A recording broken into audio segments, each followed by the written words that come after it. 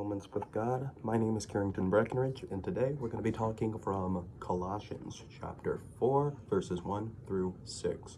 Now, for context, Paul is writing Colossians from jail. He's heard of a church in Colossae that's been struggling with a particular branch of thought that is effectively heresy, known as Gnosticism. This included worshiping angels, abstaining from worldly, just like pleasures and overall experience in life, and a bunch of things that Christ never said. So Paul writes to the church to provide some proper insight as to what Christ requires of us. In chapter 4 specifically, he asks for prayer, including an open door to share the gospel and present it with clarity. He advises believers to be wide towards unbelievers and make the most of every opportunity. He says specifically in Colossians 4 verse 6, a believer's words are to be gracious, offering assistance like the seasoning of salt, with the goal of helping others. Meaning, we as believers are supposed to add flavor to the world instead of trying to shape it in some sort of oppressive, fascist fashion. And yet you see many within the church trying to shape things towards God's design. Well, we aren't God. We can only guess what his design is, and he tells us not to do that.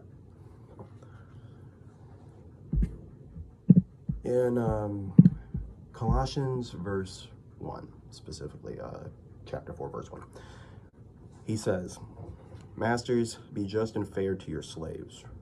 Remember that you also have a master in heaven." Master has a very complicated lineage as a word. It comes from the Latin adverb magis, which means more.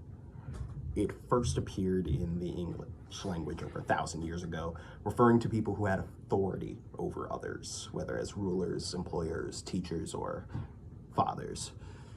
The word has many positive connotations, but as Americans, we know that it has many negative connotations as well. The overarching idea behind using master in this particular context is to let us as believers know that while we are to be like Christ, he will always be more than us. It's humbling, really. It's meant to humble us, but it's also supposed to keep us real, like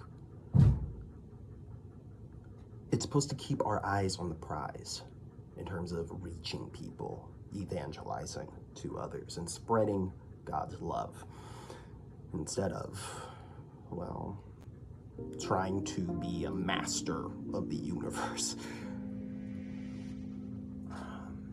That's really all I've gathered from this particular passage and text, and that's really what I wanted to talk about.